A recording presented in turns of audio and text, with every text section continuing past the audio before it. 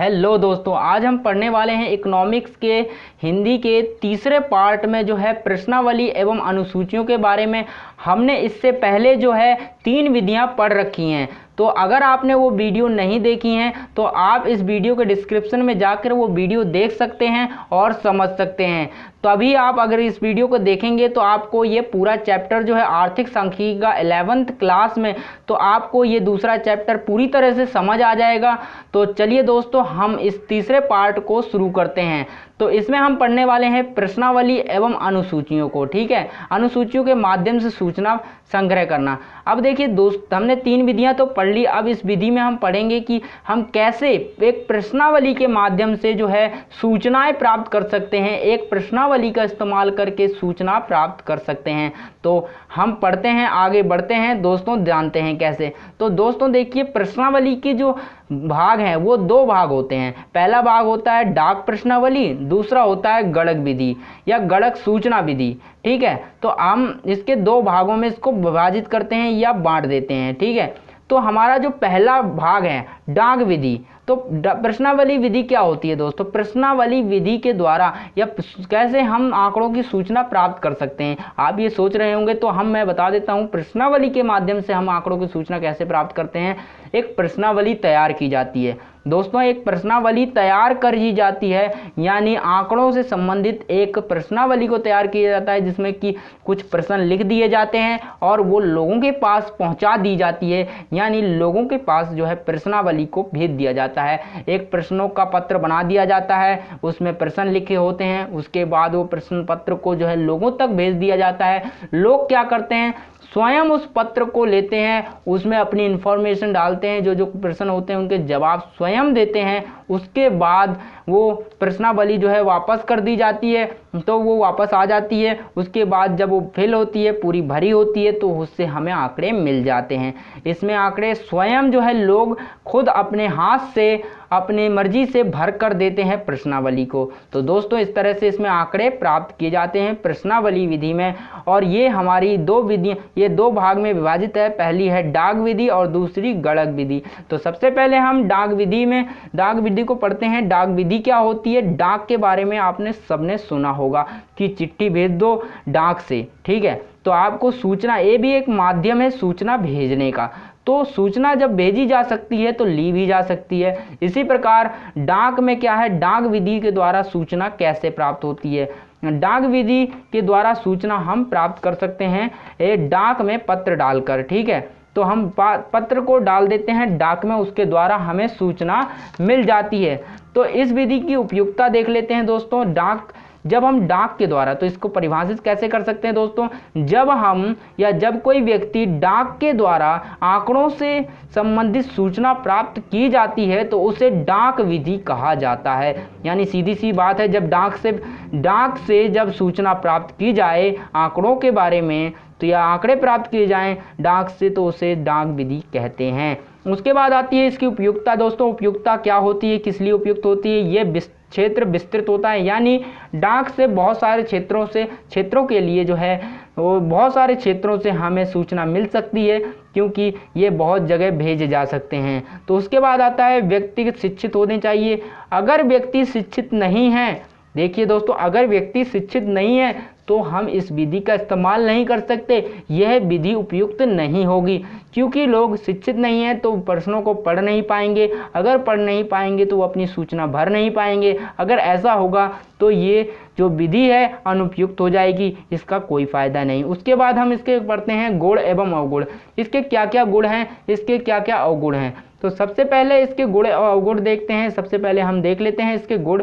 मितव्य होती है, मितव्यता होती है दोस्तों। मैंने आपको पहले ही बताया था मितव्यता क्या होती है। मितव्यता 3 शब्दों से मिलकर बना है, धन, श्रम और समय। अगर ये तीनों ही हैं, मितव्यता इसमें है। क्योंकि इस विधि में देखिए धन बहुत कम लगता है, क्योंकि आपको डाक पता ही है, डाक की कीमत क्या होती है, डाक भेजने की कीमत क्या होती है। तो डाक भेजने में बहुत कम खर्च आता है, इसलिए ये मितव्य होती है, धन कम लगता है। श्रम, आपको केवल जाकर उसमें डाक में डालना पड़ता है, पत्र लिखना पड़ता है, बस हो जाता है आपका काम, इसलिए श्रम भी कम लगता है। समय तो बहुत ही कम लगता है, क्योंकि ये बहुत ही आसानी से किया जा सकता है, बहुत कम समय में डाक में पत्र भेजा जा सकता है। तो ये बहुत ही आसान और सरल विधि है दोस्तों, इसके द्वारा हम दूर दूर से आंकड़े प्राप्त कर सकते हैं। तो ये एक इसका गुण है। दूसरा है मौलिक होते हैं। ये आंकड़े मौलिक होते हैं यानी वास्तविक होते हैं, ये इनमें बिल्कुल सच्चाई होती है। इन आंकड़ों में सच्चाई क्यों होती है? क्योंकि ये जो आंकड़े होते हैं, ये आंकड़े स्वयं जो है लोग भर कर देते हैं, यानी स्वयं लोग अपनी सूचना स्वयं देते हैं इस डाक के माध्यम से, इसलिए ये आंकड़े मौलिक होते हैं। तो आप समझ गए ये मौलिक आंकड़े क्यों होते हैं। उसके बाद विस्तृत क्षेत्र होता है, यानी आप जो है बड़े क्षेत्र के लिए इसका इस्तेमाल कर सकते हैं, तो ये आंकड़े विस्तृत क्षेत्र के लिए उपयुक्त हो जाते हैं। उसके बाद आते हैं आप अवगुण। तो हम एक एक करके इसके अवगुण के बारे में जानते हैं। अवगुण क्या होते हैं? तो इसका जो पहला अवगुण है उदासीनता होती है। उदासीनता का दोस्तों मतलब क्या है? उदासीनता मतलब क्या होता है? देखिए दोस्तों, ये सरकारी डाक है, मतलब डाक होता है, अगर सरकारी डाक से भेज रहे हैं तो डाक पता है आपको कि बहुत दिनों में जाता है या फिर बहुत समय लगता है इसमें थोड़ा सा।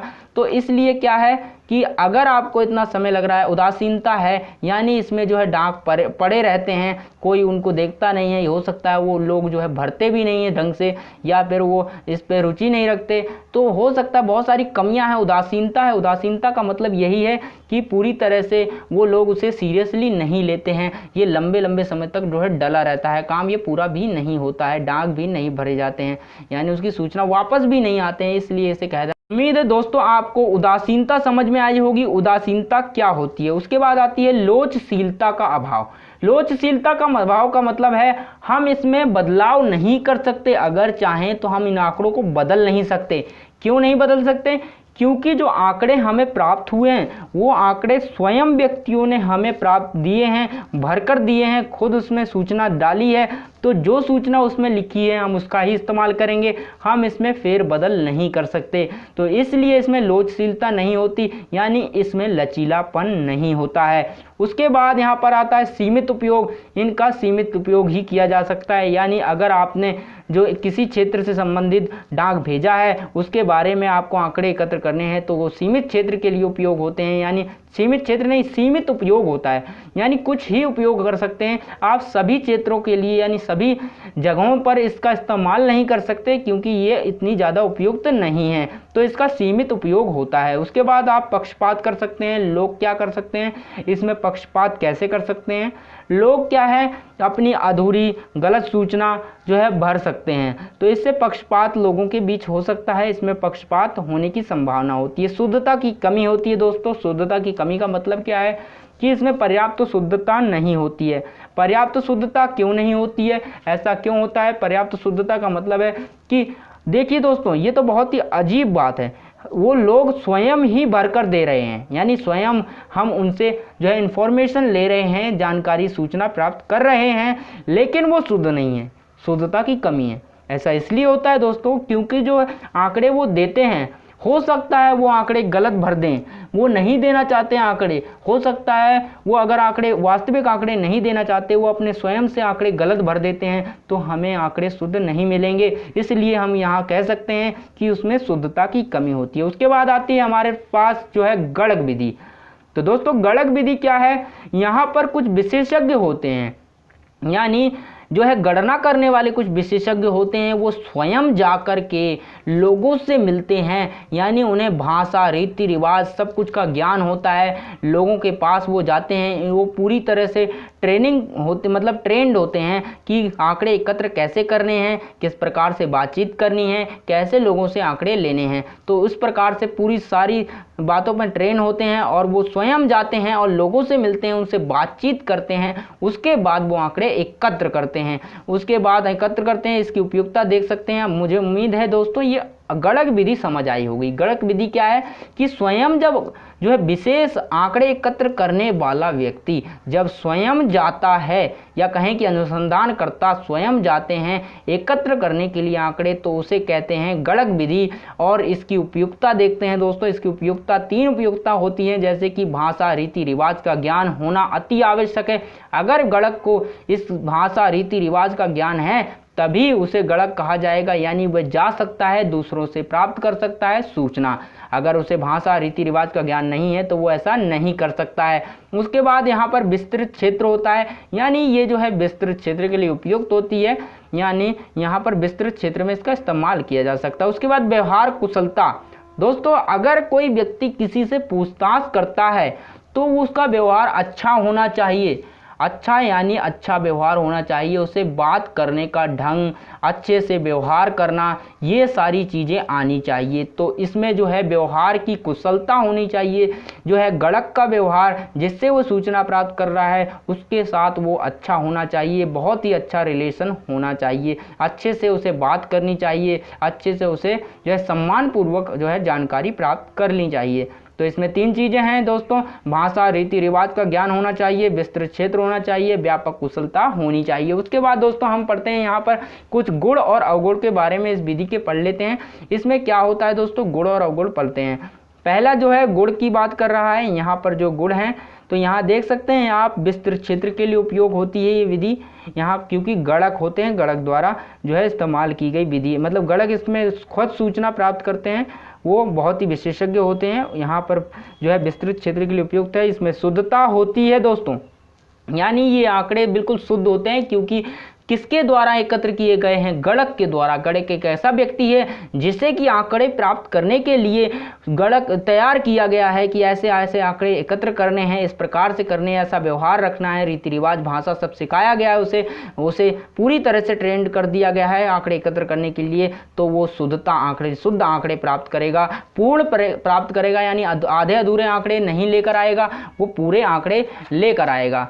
तो यहाँ पूरे आंकड़े प्राप्त होते हैं। उसके बाद निष्पक्षता, यानी वो पक्षपात नहीं करता किसी के साथ, यानी भेदभाव की भावना नहीं रखता है, निष्पक्ष होगा, यानी जो आंकड़े उसे मिलेंगे वही आंकड़े वो दिखाएगा, वही आंकड़े आगे ले जाएगा। उसके बाद आता है व्यक्तिगत संपर्क। दोस्तों, जब ये गणक है स्वयं जाएंगे, उससे मिलेगा, व्यक्ति से मिलेगा और बातचीत करेगा, आंकड़े उससे पूछेगा कि क्या बात है, तो उससे जो है उसे व्यक्तिगत संपर्क से व्यक्तिगत सूचना मिल जाएगी। उसके बाद हम इसके अवगुण देखते हैं दोस्तों, इसके नुकसान क्या क्या हैं। इसके नुकसान तो बहुत हैं, खर्चीली होती है, क्योंकि गणक को स्वयं जाना पड़ता है, लोगों के पास एक एक करके वहाँ जाएगा, पूछताछ करेगा, तो ये खर्चीली होती है। उसके बाद आता है अधिक समय लगता है दोस्तों, क्योंकि अधिक समय लगना ही है, वो एक एक व्यक्ति के पास जाएगा तो अधिक समय लगना स्वाभाविक है, तो वहाँ पर उसे अधिक समय लगता है। उसके बाद दोस्तों यहाँ देख सकते हैं पक्षपात होता है। पक्षपात यानी इसमें पक्षपात देखिए, यहाँ पक्षपात हो सकता है। निष्पक्ष यानी ये निष्पक्ष होता है, ये देखिए इसका गुण है, लेकिन यहाँ पक्षपात होता है।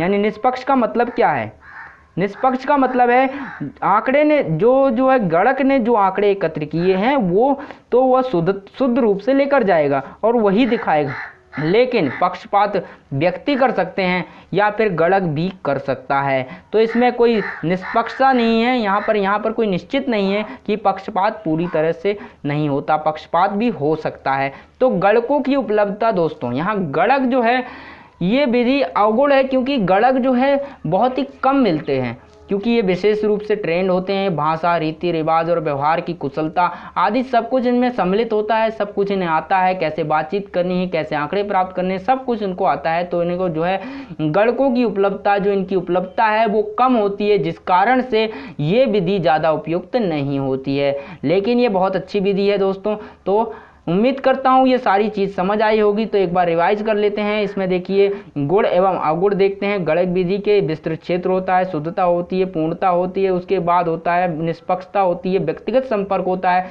उसके बाद ये खर्चीली होती है, अवगुण है, अधिक समय लगता है, अवगुण है, पक्षपात होता है, इसमें गणकों की उपलब्धता होती है।